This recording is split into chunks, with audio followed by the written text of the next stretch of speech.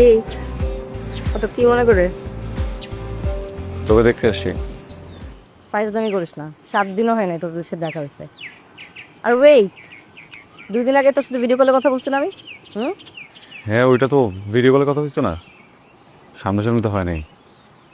Video কলে তোর কথা শোনা যায়, তোকে দেখা যায়, বাট সামনাসামনি I can feel you.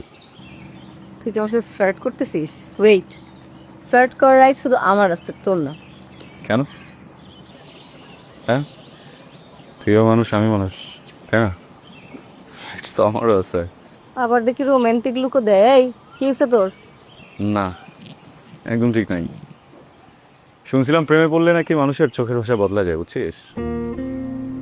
Horror মুভিও নাকি রোমান্টিক রোমান্টিক লাগে। আচ্ছা, তারপর?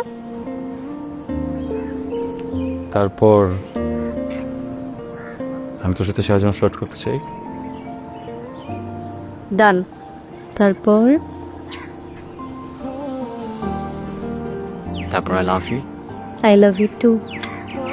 এরকম না, সিরিয়াস বলা। প্র্যাঙ্ক করিস না। আই নো তোর সাথে আমার প্র্যাঙ্কের মাধ্যমে পরিচয়, কিন্তু ভালো লাগছে না এগুলো। আচ্ছা যা, যদি 7 দিনের জন্য প্রেম করতে চাইস তাহলে দিলাম, বাট 7 দিন ম্যাক্স। রাজি। ফার্স্টে 7 দিন, তারপরে 15 দিন, তারপরে 1 মাস, দেন 12 মাস, দেন 12 বছর, সারা জীবন।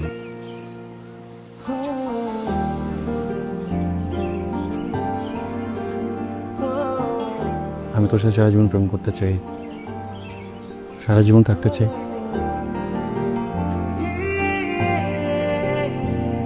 থাক, সমস্যা নেই, কিন্তু ফ্রেন্ড হিসেবে। তুই কি, আচ্ছা আমি কি তোকে যে ডার্লিং ডার্লিং বলে ডাকে দেখে তুই আসলে ভাবছিস that I love you? Seriously? হ্যাঁ, দেখ এসব, মানে তুই ফ্রেন্ড আসছিস দ্যাটস ওকে, আমার এসব কিন্তু এসব গার্লফ্রেন্ড বয়ফ্রেন্ড ড্রামা ট্রামা কিন্তু আমার ভালো লাগছে না। ফাইজলামি করিস না আমার সাথে। Masiat, I am serious, I am seriously in love with you. দেখ জিনিসপত্র অনেক অকওয়ার্ড বানাচ্ছিস।